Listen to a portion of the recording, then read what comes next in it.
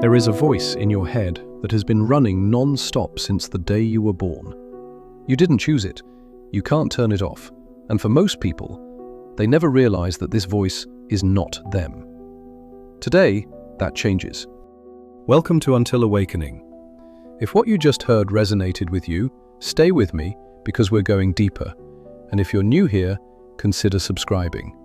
Now let's begin. Let's start with something that might surprise you. Overthinking is not actually your problem. It is a symptom, a signal, a flashing light on the dashboard of your inner world telling you that something underneath needs your attention. Every self-help article you've ever read about overthinking has given you techniques: journaling, breathing, distraction, positive thinking. And maybe some of them helped temporarily, but they kept coming back, didn't they? The thoughts returned, the loops restarted, because those techniques were treating the symptom, not the source. And until you understand the source, no technique in the world will set you free. Eckhart Tolle spent most of his early life in a state of profound suffering, crippled by anxiety, depression, and a mind that never stopped. And then one night, everything changed. He describes a moment where he became suddenly aware of the voice in his head as something separate from himself. He realized, with absolute clarity, that there were two of him. There was the voice, and there was the one listening to the voice. And in that split second of recognition, something extraordinary happened. The suffering began to dissolve. Tolle went on to teach this insight to millions of people around the world, and the core of his message is this: you are not your thoughts. You are the awareness behind them. The voice in your head is not you, it is your mind, running on autopilot, doing what it was conditioned to do. And the moment you truly see this, not just understand it intellectually, but actually see it, the grip of overthinking begins to loosen. So why does this voice exist in the first place? Why is the mind so relentlessly active? Tolle explains that the voice is the voice of the ego, the constructed self, the identity you've built over decades of experiences, beliefs, and conditioning. And the ego has one primary function: survival. Not physical survival, psychological survival. The ego needs to think to exist. If it stops thinking, it loses its sense of self. If you stop identifying with your thoughts, the ego begins to dissolve. And to the ego, that dissolution feels like death. This is why meditation feels so uncomfortable at first. This is why silence feels threatening. This is why you can't just decide to stop overthinking, because the part of you that is overthinking believes, on a very deep level, that its survival depends on it. You are not thinking too much. Your ego is fighting to stay alive. Now let's bring in Dr. Joe Dispenza, because what Tolle describes in spiritual terms, Dispenza maps with extraordinary precision in the language of neuroscience. Dispenza explains that the brain is essentially a record of the past. Every thought you've ever had, every emotion you've ever felt, every experience you've ever lived through, has carved pathways in your neural architecture. And your brain, by design, prefers to travel the paths it already knows. This is called neurological efficiency, and it is the reason you think the same thoughts today that you thought yesterday, and the day before, and the year before. Your brain is not broken. It is doing exactly what it was built to do: repeat. The problem is that most of those repeated pathways were formed during moments of stress, fear, and emotional pain. And so the brain keeps returning to them, not because they are true, not because they are helpful, but because they are familiar. And to the brain, familiar equals safe. Here is where it gets even more profound and more uncomfortable. Dispenza discovered that emotions are not just feelings. They are chemical states. Every time you experience an emotion, joy, anger, fear, guilt, your brain releases a specific cocktail of neurochemicals into your body. And your body, over time, becomes dependent on those chemicals. When you overthink, you are almost always revisiting emotional states: anxiety, regret, fear, shame. And every time you return to those states, your body gets its chemical fix. This means that overthinking is not just a mental habit, It is a physiological addiction. Your cells have become accustomed to receiving certain stress chemicals, and when those chemicals drop, the body sends signals to the brain, "Give me more." And the brain responds by generating more thoughts that recreate the familiar emotional state.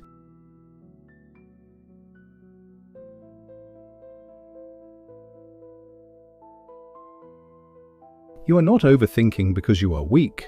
You are overthinking because your body has become chemically dependent on the emotions that your thoughts produce. So now you can see the complete picture of why this loop is so difficult to break. The ego generates thoughts to survive. The thoughts trigger emotions. The emotions release chemicals. The body becomes addicted to those chemicals. The addiction sends signals back to the brain. The brain generates more thoughts, and the cycle continues, endlessly, automatically, without your conscious permission. Tolle calls this the pain body, an accumulated field of emotional energy that feeds on negative thought and perpetuates itself. Dispenza calls it living in the past, a brain so conditioned by previous experience that it cannot access the present moment. And both of them agree on something crucial. You cannot think your way out of this loop, because thinking is the loop. The exit is somewhere else entirely. So where is the exit? Both Tolle and Dispenza point to the same door, approached from different directions. Tolle calls it presence, the state of being the observer of your thoughts, rather than being lost in them. The moment you notice that you are thinking, you are no longer fully trapped in the thought. There is a gap, however small, between you and the content of your mind. And in that gap lives your freedom. Dispenza calls it metacognition, the ability to observe your own mental processes from a place of conscious awareness. In his retreats, he guides people into this state through meditation, through breath, through sustained attention. And the results, documented and measured, are remarkable. People who practice this consistently begin to break the loop, not by fighting their thoughts, not by suppressing them, but by watching them from a place of calm, grounded presence, until the thoughts lose their power to pull. So how do you actually step into this observer state in your daily life? There are 3 doorways that both Tolle and Dispenza recommend, and they work together as a complete practice. The first is the breath. Not deep breathing as a relaxation technique, but a single conscious breath taken the moment you notice you are lost in thought. 1 breath. In and out. This is not a technique. It is a recognition. You are saying to your nervous system, "I am here. I am present. I am not the loop." The second doorway is the body. Tolle teaches that the fastest way out of the mind is into the body, feeling your hands, your feet, the sensations in your chest. The body exists only in the present moment. The mind lives in past and future. When you drop attention into the body, you pull yourself out of the thought stream and back into the now. The third doorway is the witness. Every time you catch yourself overthinking, instead of judging the thought or trying to stop it, simply label it. There's the worry thought. There's the replay. There's the fear. This act of labeling activates the prefrontal cortex, calms the amygdala, and creates the gap between you and your thoughts. It is small, but it is everything. When you begin to practice this, even imperfectly, even inconsistently, something begins to shift. Not dramatically, not all at once, but gradually. The thoughts still come, but they stay a little less long. The loops still start, but you notice them a little sooner. And then one day, you find yourself sitting in a moment, not thinking about the past, not worrying about the future, just present. And you realize that this feeling, this quiet, open, spacious awareness has always been here, underneath the noise, underneath the loops, underneath the ego's endless commentary. It has been waiting for you. Dispenza calls this the elevated state, a frequency of being where creativity, healing, and genuine transformation become possible.